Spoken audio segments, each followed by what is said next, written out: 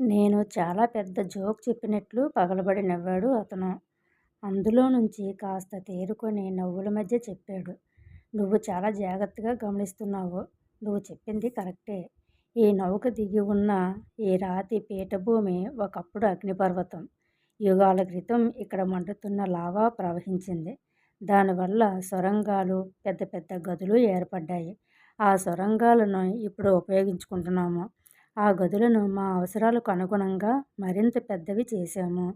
ఈ ప్రదేశాన్ని విస్తారంగా వాడుకుంటున్నాము. కాలగతిలో రకరకాల అంతరిక్ష నౌకలు దీనిని ఉపయోగించుకుంటున్నాయి. నిన్ను ఆ సమయంలో నౌకలో నుంచి రాతి గదిలోకి తీసుకువెళ్ళటం జరిగింది. నౌకలో నుంచి రాతి గదిలోకి తీసుకెళ్ళటమా? అందుకేనన్నమాట. లోహపు కారిడార్ వదిలి రాతి గదిలోకి ప్రవేశించినట్లు విచిత్రమైన ఫీలింగ్ కలిగింది నాకు. డాక్టర్ గారు, ఆ సొరంగాల గురించి, రాతి గదుల గురించి తెలుసు. కానీ పొటాలా పర్వతంలో ఒక పెద్ద గది దాగి ఉంది. దానిలో ఒక చెరువు కూడా ఉంది అని అన్నాను. అవును, మా దగ్గరున్న భౌతిక ఫోటోల్లో చూసాం దానిని. మీ టిబెట్ మీ టిబెటన్లు దానిని కనుక్కునేశారని మాకు తెలుసనుకో. మీ టిబెటన్లు దానిని కనుక్కున్నారని మాకు తెలియదనుకో అని అన్నాడు అతను. అతని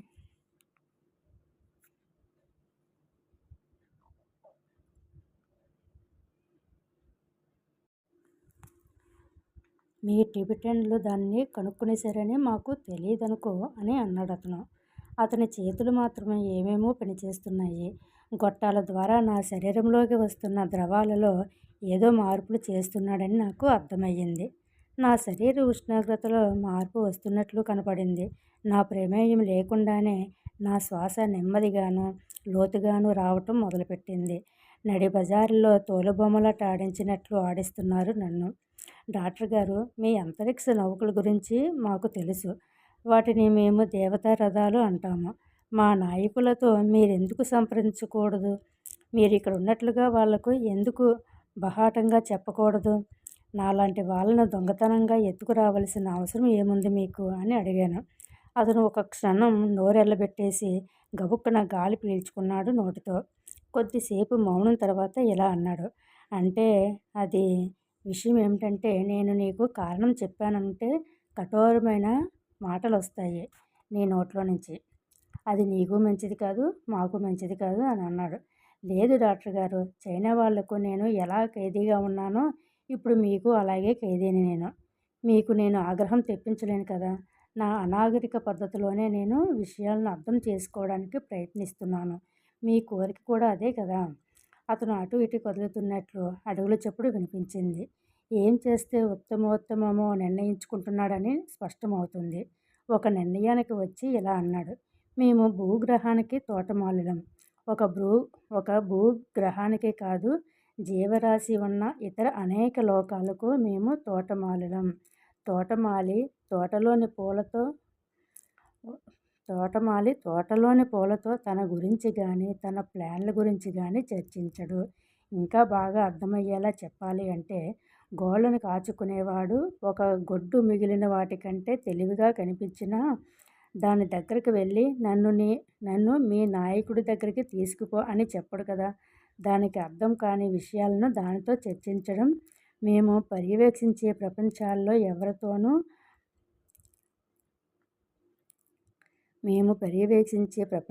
ఎవరితోనూ మా సిద్ధాంతాలను పంచుకునే ఉద్దేశం మాకు లేదు. అనేక యుగాల క్రితం అలా చెప్పబట్టే ఎంతో వినాశనం జరిగింది. వాటికి సంబంధించిన కథలు మీ భూమి మీద చెప్పుకుంటున్నారు. నాకు చాలా కోపం వచ్చింది, బాధేసింది. మొదట మీరు నన్ను అనాగరిక మూర్ఖుడని అన్నారు. ఇప్పుడేమో ఒక గొడ్డుతో పోలుస్తున్నారు. మరి నేనంత హీనమైన వాడినైతే నన్ను ఇక్కడ బంధించి ఎందుకు ఉంచుకున్నారు అని అన్నాను. సమాధానం తీవ్రంగా వచ్చింది. ఎందుకంటే నిన్ను మేము ఉపయోగించుకుంటున్నాం కాబట్టి. ఎందుకంటే నీకు అద్భుతమైన జ్ఞాపక శక్తి ఉంది కాబట్టి. దానిని మేమింకా పెంచుతున్నాం కాబట్టి. ఎందుకంటే నీ జీవిత చరమాంకంలో నీ దగ్గరికి వచ్చే ఒక వ్యక్తికి అందివ్వవలసిన విశ్వ జ్ఞానాన్ని నువ్వు కేవలం నీలో దాచుకునే వ్యక్తిగా పని చేయబోతున్నావు కాబట్టి. ఇంకా నిద్రపో అనేసి ఏదో క్లిక్కుమంది. చీకటి ఆవరించేసినట్లు అయ్యింది. నిద్ర ముంచేసింది నన్ను. గంటలు భారంగా అనంతంగా సాగుతున్నాయి. భూత భవిష్యత్తు వర్తమానాలు కలిసిపోయిన ఒక వాస్తవంలో దిమ్మెక్కిపోయి ఉండిపోయాను.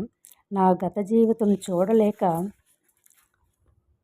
కదలలేక పడున్న నా ఈ స్థితి, ఇక్కడి నుంచి బయటపడ్డాక నా భవిష్యత్తు ఎలా ఉంటుందోనన్న భయం. అప్పుడప్పుడు ఆడవాళ్ళు వస్తున్నారు, నన్నేమేమో చేస్తున్నారు. నా కాళ్ళు చేతులు ఇష్టం వచ్చినట్లు తిప్పేస్తున్నారు. నా తలకాయ తిప్పేస్తున్నారు. నా శరీరంలోని ప్రతి అవయవాన్ని కూడా పిండి మొద్దన చేసేస్తున్నారు. అప్పుడప్పుడు మగవాళ్ళు గుంపులుగా వస్తున్నారు. నా చుట్టూ నిలబడి నా గురించి చర్చిస్తున్నారు. వాళ్ళు ఏం మాట్లాడుతున్నారో నాకు అర్థం కావటం లేదు, కానీ స్పష్టంగా ఊహించగలుగుతున్నాను. వాళ్ళు ఏవేవో నాలోనికి గుచ్చుతున్నారు. అలా గుచ్చినప్పుడు కలిగే బాధ నా ముఖంలో కనపడకుండా జాగ్రత్తగా పడుతున్నాను. నన్ను బాధపెట్టిన తృప్తి వాళ్లకు కలగకూడదు. తర్వాత ఏదో తేలిపోయాను. తర్వాత మళ్ళీ స్పృహలోకి వచ్చాను. ఎన్ని గంటల సేపు నిద్రపోయానో నాకే తెలియదు. గది తలుపు తెరుచుకున్న చప్పుడు వినపడినా నా మత్తు చెదరలేదు. వెచ్చటి ఉన్ని పొరల మధ్య హాయిగా పడుకొని ఉన్నట్లు, ఎవరికి ఏం జరిగినా, చివరకు నాకైనా సరే ఏం జరిగినా పట్టించుకోని ఫీలింగ్ ఉన్నట్లుండి నా పొర్రె చుట్టూ భయంకరంగా నొప్పులు వచ్చేశాయి. ఎవరో నన్ను గుచ్చారు. నా భాషలో గొంతు వినిపించింది. ఇంకా అతన్ని లేపుదాం అని ఏదో చెప్పుడు ఆగిపోయింది. వెంటనే నాకు పూర్తి మెలకువ వచ్చేసింది. లేచి కూర్చోవాలని ప్రయత్నించాను. ఎంత ప్రయత్నించినా నా కాళ్ళు చేతులు కదలకపోవటంతో చిరాకేసింది నాకు. అదిగో లేచేశాడు. ఇదిగో మా మాటలు వినగలుగుతున్నావా? అడిగింది ఒక కంఠం. వినగలుగుతున్నాను. కానీ మీరు టిబెటన్ భాష ఎలా మాట్లాడగలుగుతున్నారు? డాక్టర్ గారు మాత్రమే మాట్లాడగలుగుతారు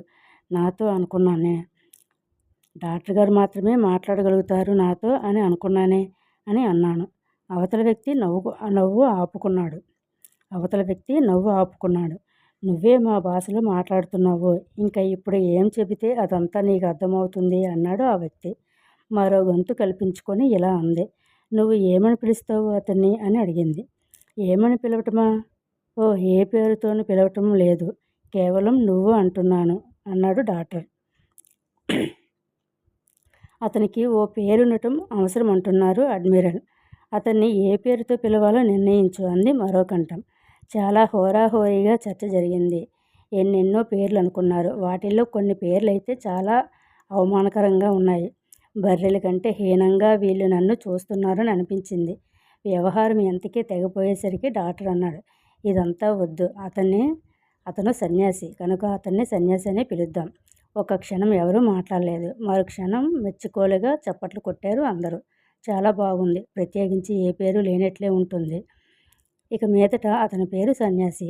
అలాగే రికార్డ్ చేసుకుందాం అన్నది ఒక క్రొత్త గొంతు. ఆ తర్వాత పొందిక లేని చర్చ జరిగింది. వాళ్ళ చర్చలో నాకు ఆసక్తి కలగలేదు. రకరకాల ఆడవాళ్లలో ఉండే మంచి చెడులను వాళ్ళు చర్చిస్తున్నట్లున్నారు. ఎంత తేలికగా వాళ్ళను పొందవచ్చో మాట్లాడుకుంటున్నారు. వాళ్ళ శరీరాలను ప్రస్తావిస్తూ వీళ్ళు మాట్లాడుతున్నది నాకు అర్థం కాలేదు. అందుకే వాళ్ళ మాటలు నేను పట్టించుకోలేదు. మనసులో వాళ్ళు ఎలా ఉండి ఉంటారో ఊహించుకుంటూ ఉండిపోయాను.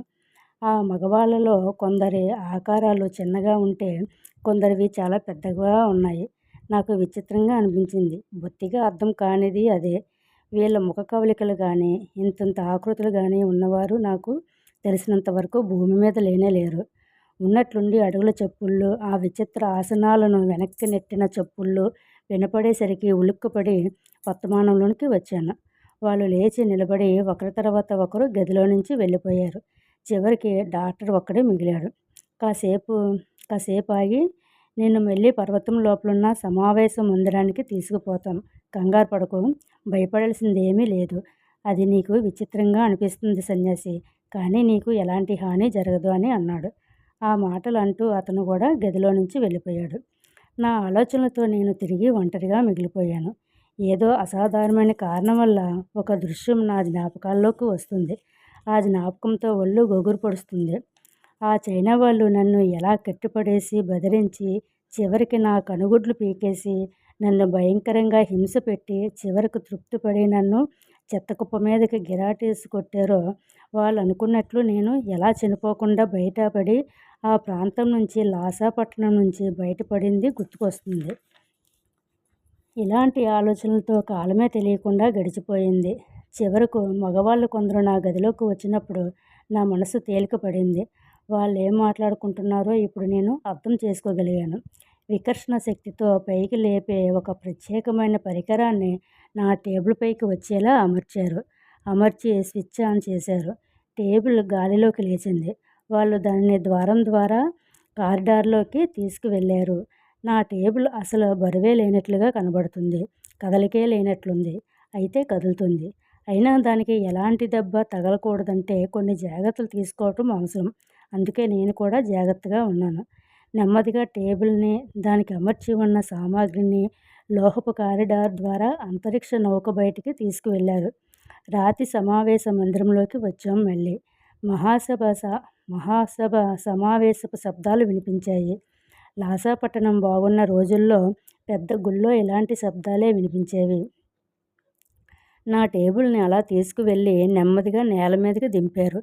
నేలకి అది కొన్ని అంగుళాలపైనే నిలిచింది. ఎవరో నా పక్కకు వచ్చి సన్నగా గొణిగారు. సర్జన్ జనరల్ ఇప్పుడే వచ్చేస్తారు నీ దగ్గరికి అని చెప్పారు. మీరు నాకు చూపుని ఇవ్వటం లేదా ఇప్పుడు అని అడిగాను. అప్పటికే అతను వెళ్ళిపోయాడు. నా మాటలు అతను వినలేదు.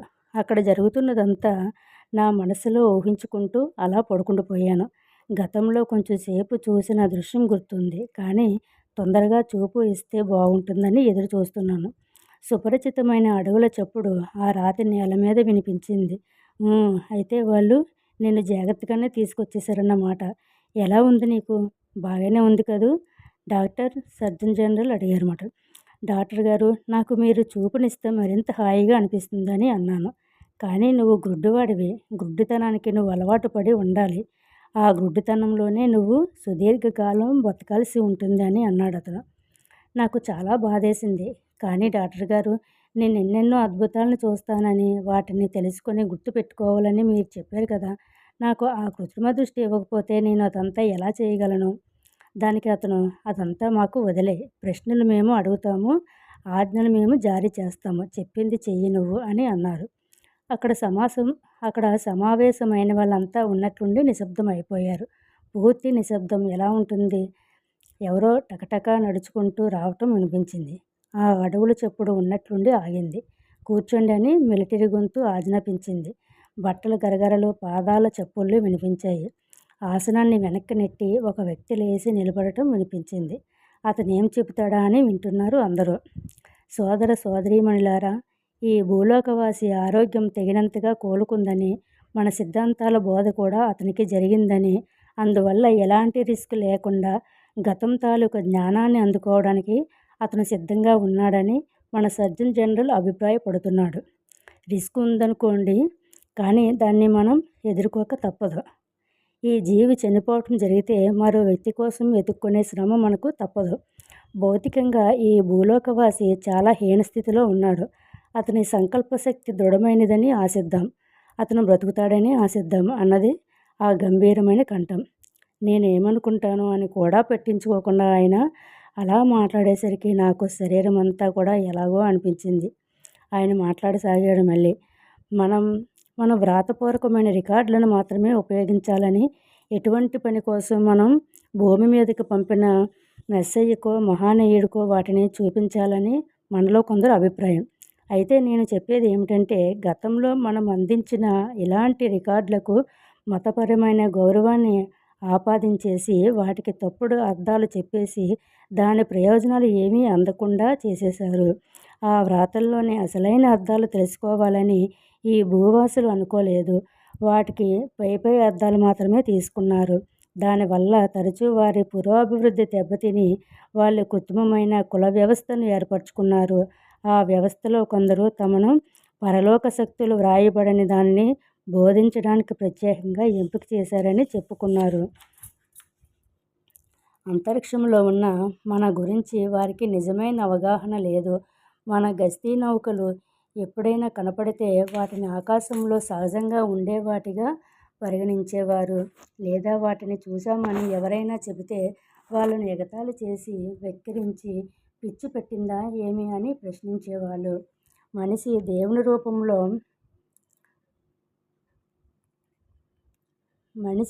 రూపంలో మనిషి దేవుని రూపంలో సృష్టించబడ్డాడని, కనుక మనిషిని మించిన జీవజాతి ఇంకొకటి లేదని వాళ్ళ నమ్మకం. ఈ చిన్న ప్రపంచంలో మాత్రమే జీవం ఉందని వాళ్ళ అభిప్రాయం. జీవజాతులున్న లోకాలు భూమి మీద ఉన్న ఇసుక రేణువుల కన్నా ఎక్కువ సంఖ్యలో ఉన్నాయని, తమ ప్రపంచం అన్నిటికన్నా చిన్నదని, ఏమాత్రం ప్రాధాన్యత లేనిదని వాళ్ళకు ఏమీ తెలియదు.